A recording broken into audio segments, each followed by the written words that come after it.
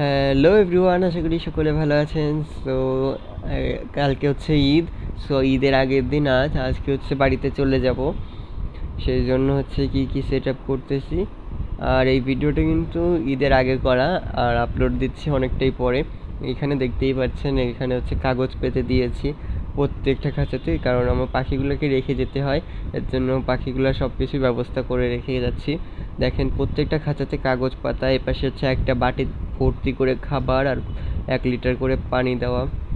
আপনি যদি এরকমভাবে রেখে 7 দিনও ঘুরে আসতে পারেন, তাও কোনো সমস্যা নেই।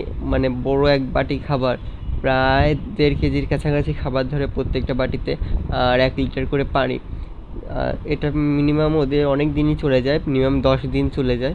আমি রেখে দেখেছি, মিনিমাম 10 দিনের বেশি চলে যায় ওদের। এর জন্য কোনো সমস্যা হয় না, এটা রেখেই আমি চলে যাই।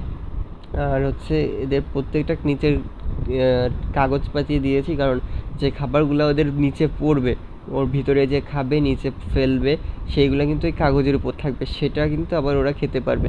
সো এখানেও কিছু পাখি ছিল, এটা আমি আবার এই যে খাঁচার মধ্যে ঢুকাই দিছি কিছু কিছু খাঁচায়, কারণ এত খাবারের বাটি আর হচ্ছে বোতলগুলো আমার কাছে ছিল না। এর জন্য সো এক এক খাঁচায় 3টা করে পাখি দিয়েছি, কোনো সমস্যা হবে না। আর এইখানে হচ্ছে পুরাতন ওদের যেসব ফিল্টারগুলো ইউজ করি সেগুলো হচ্ছে বের করে রাখছি। আর এটা হচ্ছে একটা পাখি নিয়ে যাব, সেটাকে হ্যান্ড ফিড আর হচ্ছে পানির ফিল্টার নিয়েছি, যাতে তার কোনো অসুবিধা না হয় বাড়িতে গিয়ে যাতে আমি তাকে হ্যান্ড ফিটিংটা ভালোভাবে খাওয়াতে পারি। আর হচ্ছে এখানে আমি সিসিটিভিটা লাগিয়ে যাচ্ছি, সিসিটিভির ফুটেজটা আমি দিয়ে দিচ্ছি শেষে।